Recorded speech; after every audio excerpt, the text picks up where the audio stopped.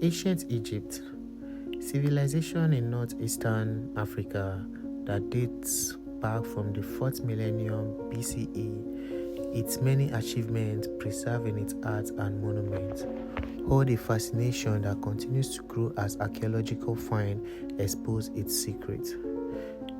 This video is focused on Egypt from prehistory through its unification under Menes in the 3rd millennium, sometimes used as a reference point for Egypt's origin, and up to the Islamic conquest in the 7th century. For subsequent history through the contemporary period, watch the video to the ending. Don't forget to like, share, and subscribe. Now, to the introduction to ancient Egyptian civilization. Life in ancient Egypt. Ancient Egypt can be thought of as an oasis in the desert of northeastern Africa, dependent on the annual inundation of the Nile River to support its agricultural population. The country's chief wealth came from the fertile floodplain of the Nile Valley, where the river flows between bands of limestone hills and the Nile Delta, in which it fans into several branches north of present-day Cairo.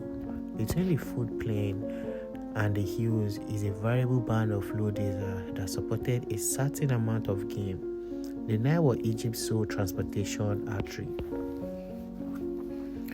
The first cataract at Aswan, where the riverbed is turned into rapids by a belt of granite, was a country's only well-defined boundary within a populated area.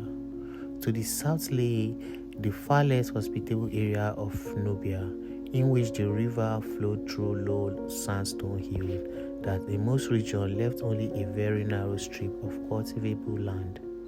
Nubia was significant for Egypt's periodic southward expansion and for access to products from further south. West of the Nile was the arid Sahara, broken by a chain of oases, some 125 to 185 miles, that's to say 200 to 300 kilometers, from the river and lacking in all other resources except for a few minerals. The eastern desert between the Nile and the Red Sea was more important, for it supported a small nomadic population and desert game, contained numerous mineral deposits including gold, and was the route to the Red Sea. To the northeast was the Isthmus of Suez.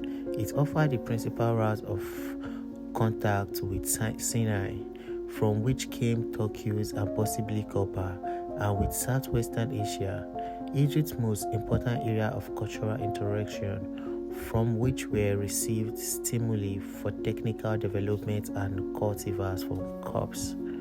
Immigrants and ultimately invaders crossed the Isthmus into Egypt, attracted by the country's stability and prosperity from the late 2nd millennium BCE onward.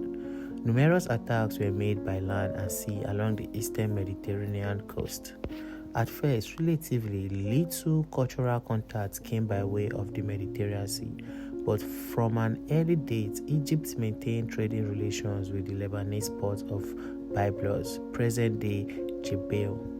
Egypt needed few imports to maintain basic standard of living, but good timber was essential and not available within the country, so it usually was obtained from Lebanon. Minerals such as obsidian and lapis were imported from as far as afield as Anatolia and Afghanistan.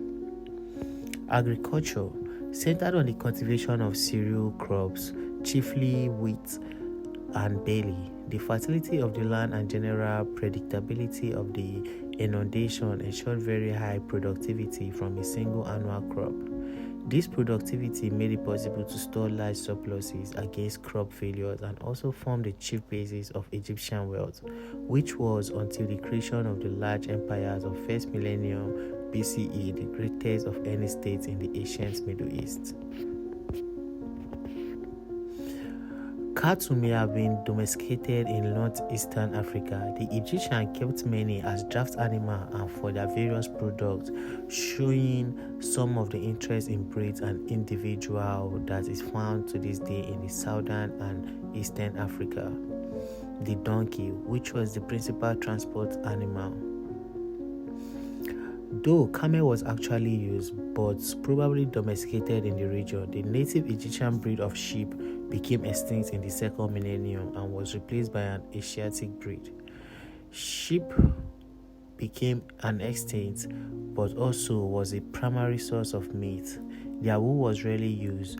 Goats were more numerous than sheep. Pigs were also raised and eaten.